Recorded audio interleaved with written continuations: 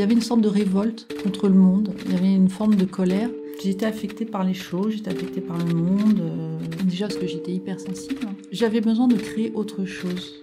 Et c'est ça qui est magique dans la création, c'est que tu fais ce que tu veux, quoi. C'est un espace de liberté complètement fou. Au fond, tu prends un stylo, une feuille, et c'est bon, quoi. Tu changes le monde comme tu le veux, comme tu le voudrais. Machinalement, mon crayon, je mâchonne quelques mots à la gomme.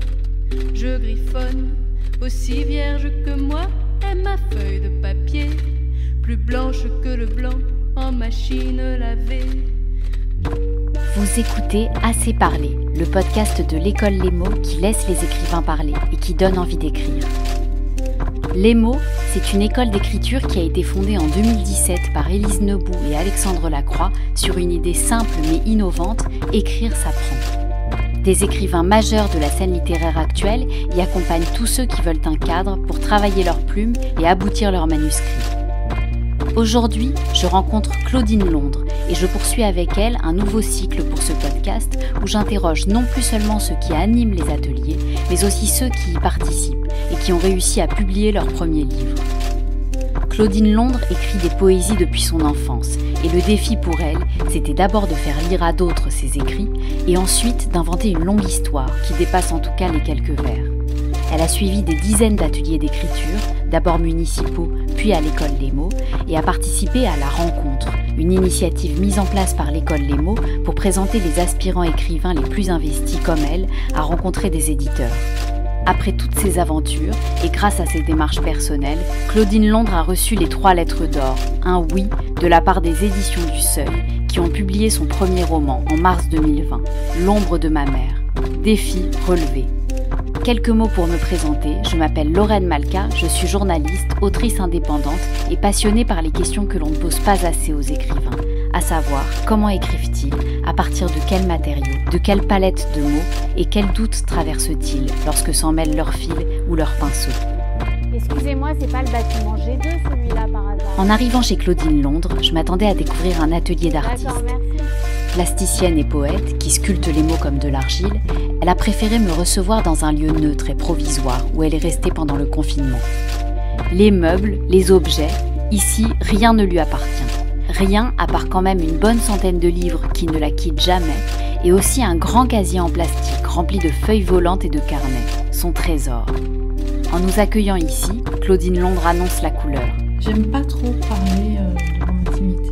Tu vois, en fait, c'est gênant, mais c'est comme ça. En fait, je peux être assez bizarre là-dessus. Elle ne nous parlera pas d'elle, restera même discrète sur ses pratiques artistiques.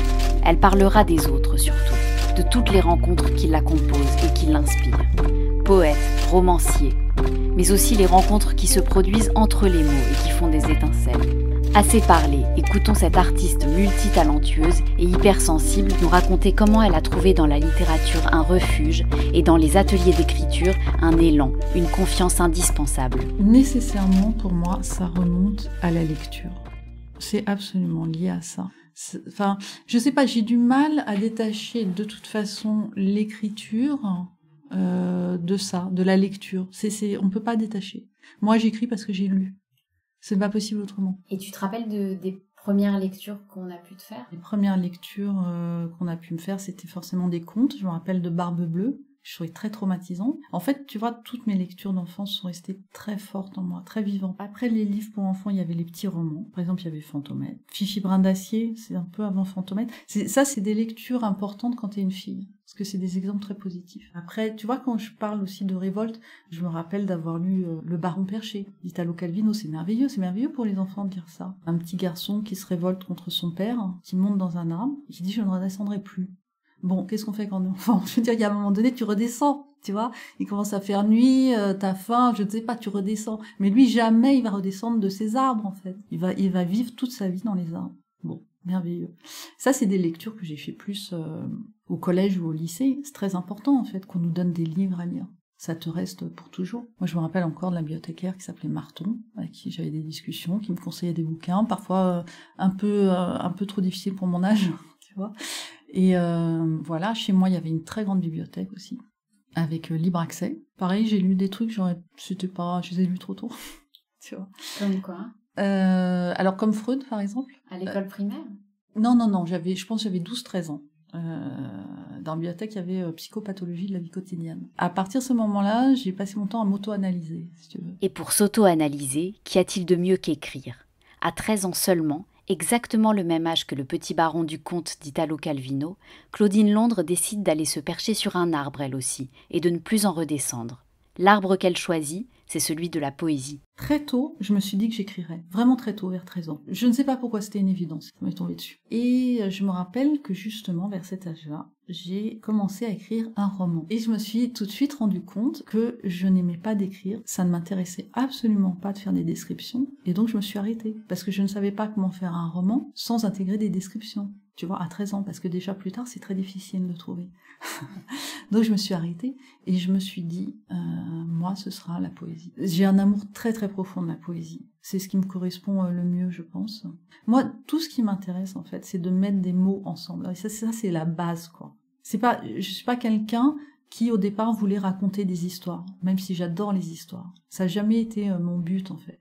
Mon but premier, c'est mon amour pour les mots, en fait. Voilà, et tu vois, de rapprocher deux mots qui n'ont rien à voir ensemble et que ça produise une étincelle. À force de mettre les mots ensemble, comme elle le fait avec les tissus ou les couleurs lorsqu'elle se met à coudre, à sculpter ou à peindre pour ses pièces artistiques, Claudine Londres a fini par tisser des histoires, des vraies.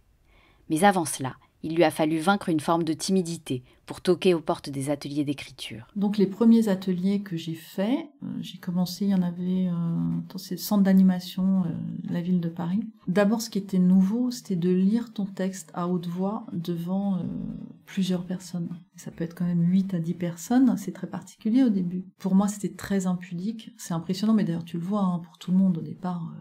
C'est pas facile en fait. C'est pas facile parce que t'as l'impression de te mettre à nu. C'est pas facile d'être nu devant les autres. Alors j'ai progressé parce qu'en fait au début, franchement, j'écrivais 3 lignes parce que je polissais tellement les phrases. Je voulais tellement que les phrases aient quelque chose de particulier, qu'elles soient pas trop plates. Je me censurais beaucoup en vérité. Et donc après, j'ai appris à me détendre, heureusement. Donc à pouvoir écrire de plus en plus. Et un jour, je me suis inscrite à un atelier de nouvelles, et ça a été une absolue révélation. D'abord, la personne qui animait ces ateliers était vraiment géniale, d'ailleurs c'est une écrivaine, elle s'appelle Emmanuelle Favier, et c'était vraiment passionnant, quoi. C'était super intelligent, ces consignes, c'était super stimulant, enfin, ça a été une révélation. Donc j'ai écrit ma première nouvelle, et j'étais étonnée, en fait, de pouvoir le faire, de 1. De 2, j'étais étonnée, parce que je me suis dit, tu vois, de pouvoir, en fait, faire passer de la poésie dans une histoire. D'avoir des tournures de phrases où, ouais, quand même, ça me plaisait, en vérité. Tout en racontant, tout en ayant la contrainte de raconter une histoire. Donc j'en ai écrit plusieurs comme ça. Et en y trouvant du plaisir, donc c'était vraiment une révélation. Je me suis dit, oui, en effet, je peux écrire autre chose que de la poésie, en vérité. Forte de cette révélation, Claudine Londres ne reste pas sur ses acquis et décide de sortir une fois de plus de sa zone de confort, en s'inscrivant dans une nouvelle école qui annonçait son ouverture ce jour-là, l'école Les Mots. Et pas à n'importe quel atelier, celui de l'écrivaine Chloé Delhomme, qui proposait une thématique très corsée pour Claudine Londres. J'étais toujours à la recherche, en fait, de choses nouvelles, et quand j'ai vu Les Mots, j'ai trouvé que c'était franchement passionnant, parce que c'était des écrivains reconnus qui donnaient ces ateliers, c'était assez excitant, franchement. Mon premier atelier étant avec Chloé Delhomme, son atelier, c'était évidemment sur l'autofiction. Bon, moi, l'autofiction... Parler de moi, c'est tout ce que je déteste. Mais comme j'avais lu Chloé et que c'est quelqu'un de brillant, de brillantissime, je me suis dit, c'est pas grave, je vais y aller. Et je me rappelle, le premier exercice, j'ai complètement feinté, quoi. Il était hors de question que je parle de moi. Qu'est-ce que c'était ce premier exercice ? Alors attends, ce premier exercice, si je m'en souviens bien, c'était de raconter 10 souvenirs. Et comment t'as fait pour feinter alors ? Je suis partie en disant par exemple que quand j'habitais sur la planète Mars, blablabla, où je faisais des choses qui n'avaient ni queue ni tête, qui n'avaient aucun sens, qui n'étaient pas du tout liées à des souvenirs plausibles. Après avoir feinté Chloé Delhomme par ce nouveau super-pouvoir qu'elle ne pensait pas posséder, à savoir l'imagination, Claudine Londres a voulu s'essayer à d'autres ateliers. Et comme à chaque fois, elle n'a pas choisi la facilité. J'ai fait plusieurs ateliers avec Olivia El-Kaïm, qui est quelqu'un que j'aime vraiment bien, et c'est assez amusant parce que dans ces ateliers, on pleure. Voilà. C'est un des rares ateliers à l'école des mots où, quoi qu'il arrive, les gens vont pleurer. C'est très drôle. Alors après, bon, elle aborde des thèmes comme la maternité ou le deuil, mais même moi, j'avais fait un atelier où il fallait écrire une nouvelle et il n'y avait pas de quoi pleurer, franchement. Mais il y avait toujours un moment où quelqu'un était super ému en lisant son texte et tout le monde avait les larmes aux yeux. Enfin, bon, c'est drôle, quoi. Si vous voulez pleurer, faites un atelier d'Olivia Elkaïm. Donc c'est des thématiques intimes aussi, alors? Oui. Ça a été? Ça a été, mais je ne l'aborde jamais frontalement, en fait. Hein. Je prends toujours des chemins de traverse. Et tu pleures quand même? Oui, ça m'est arrivé une fois, où j'ai eu les larmes aux yeux, et alors, c'est étonnant, quoi. Je ne sais pas pourquoi, parce que la phrase n'était pas émouvante, je ne sais absolument pas ce que ça a touché en moi, mais ça me fait penser au fait que la lecture, l'écriture, on a un rapport charnel à ça. C'est quand même assez fou ce que le langage nous fait. Tu peux avoir la chair de poule, tu peux rire, mais tu peux pleurer, Est-ce que je peux te lire quelque chose? Bien sûr. Voilà. C'est un passage où l'héroïne mange du jambon. Attends. C'est quel livre? Ah donc c'est Ronce Rose d'Éric Chevillard, qui est un livre vraiment magnifique. C'est une petite fille qui écrit dans son carnet, et ça qui est génial. Ça a de l'importance le fait qu'elle écrive, elle a une réflexion aussi sur l'écriture. Alors je te lis. J'ai été manger une tranche de jambon et boire un verre d'eau. Puis je me suis couchée sans me brosser les dents. J'ai dormi, ça va vite. Je suis réveillée déjà. La lumière du matin était allumée.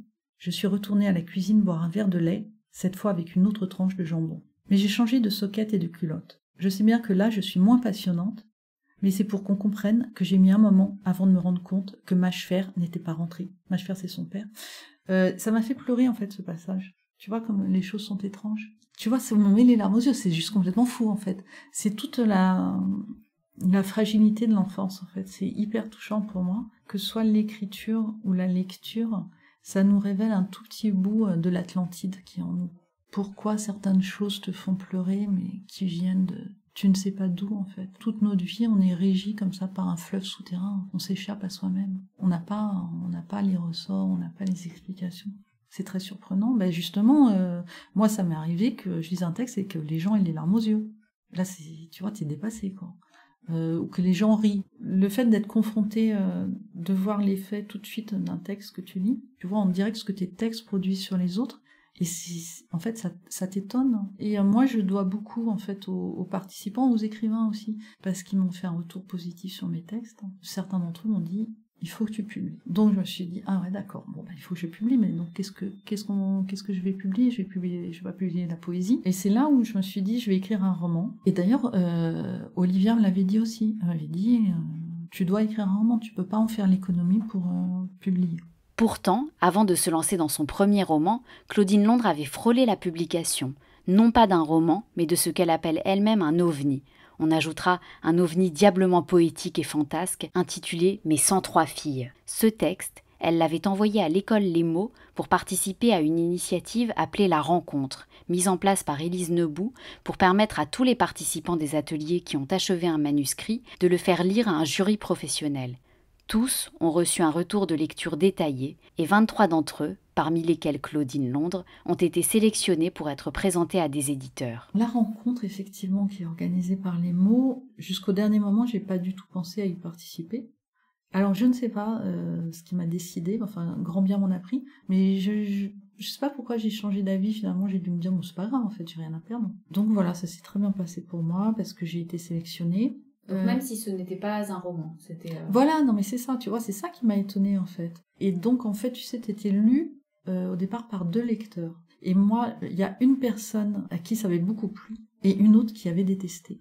Et là, c'est Élise Nebout, qui est donc la cofondatrice de l'école des mots, qui est une très belle personne en fait. Sa personnalité rejaillit sur l'école. C'est pour ça que c'est un lieu où on se sent très bien. C'est vraiment une personne rare.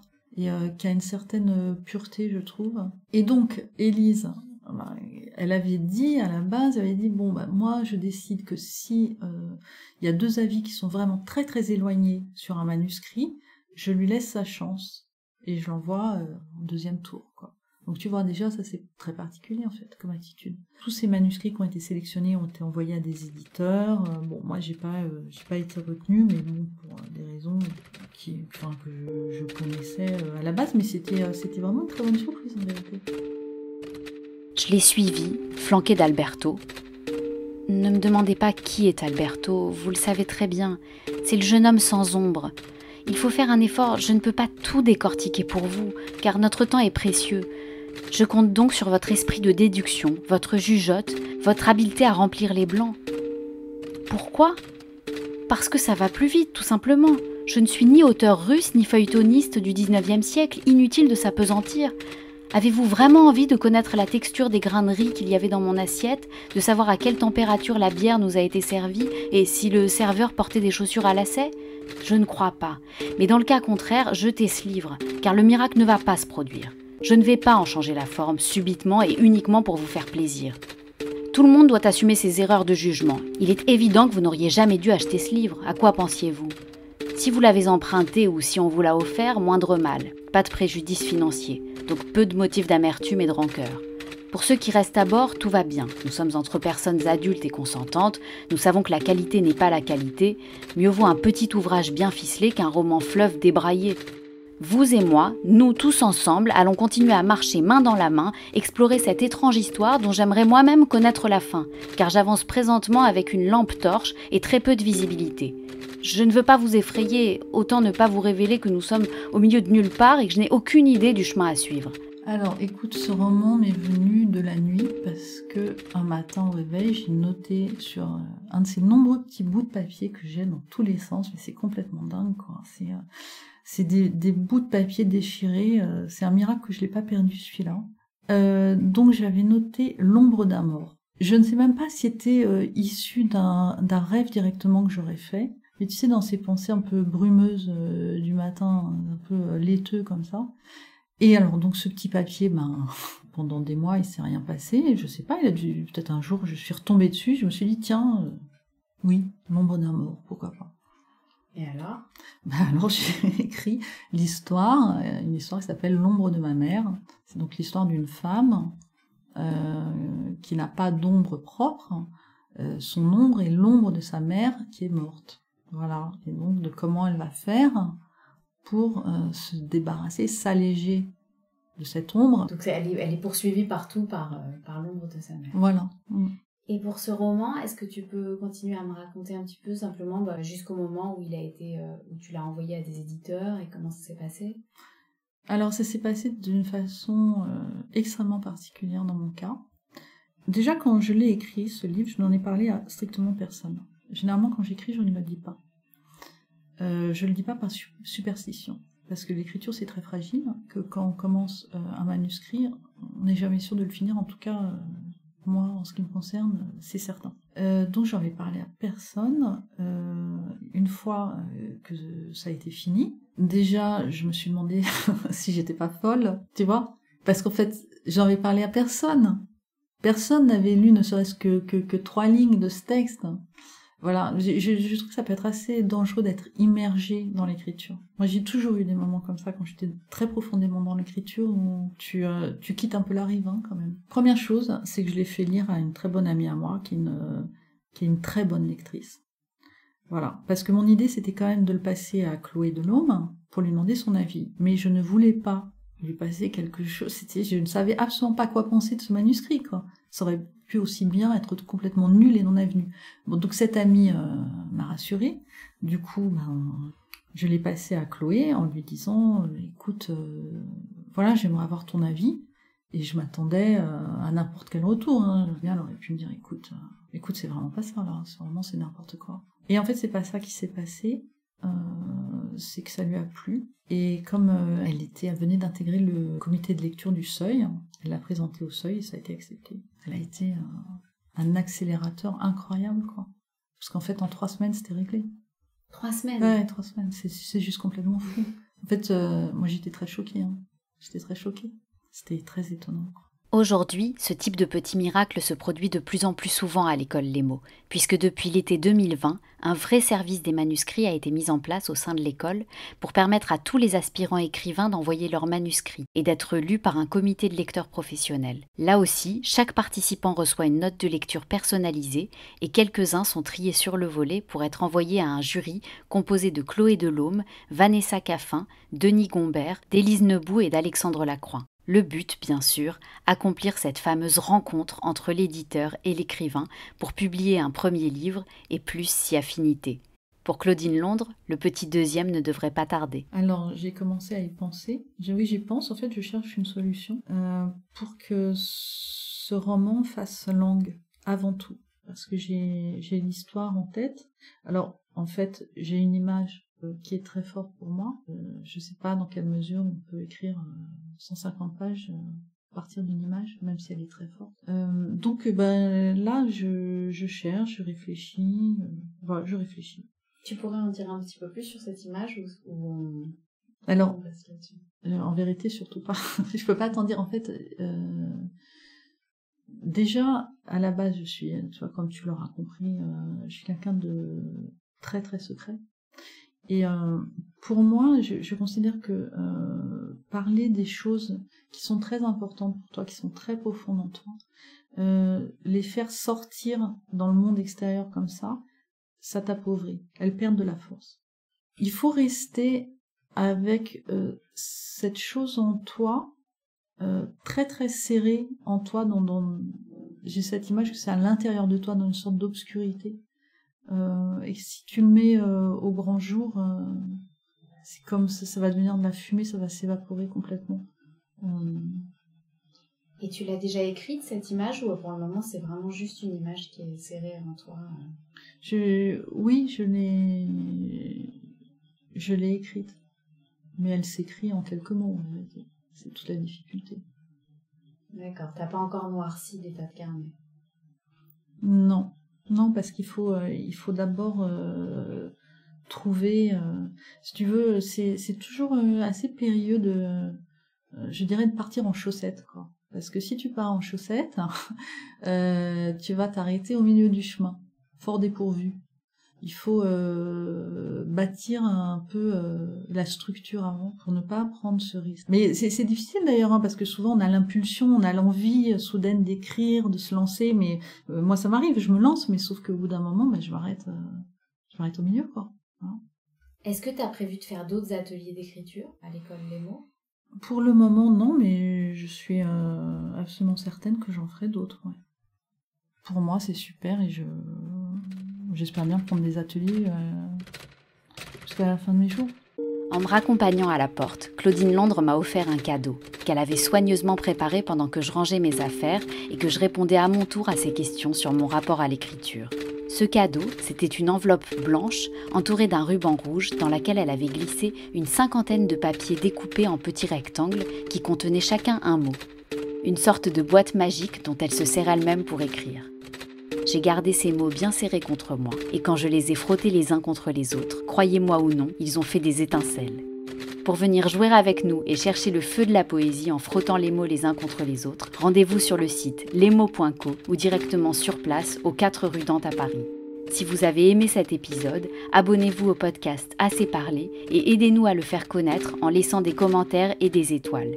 Et surtout, si ce podcast vous donne envie d'écrire ou de parler, on est là pour vous lire ou pour vous écouter. À bientôt. Faut-il fumer des drogues, draguer des femmes pour avoir des machins à écrire? Dois-je fumer du crack que craquer pour des femmes pour devenir une machine à écrire?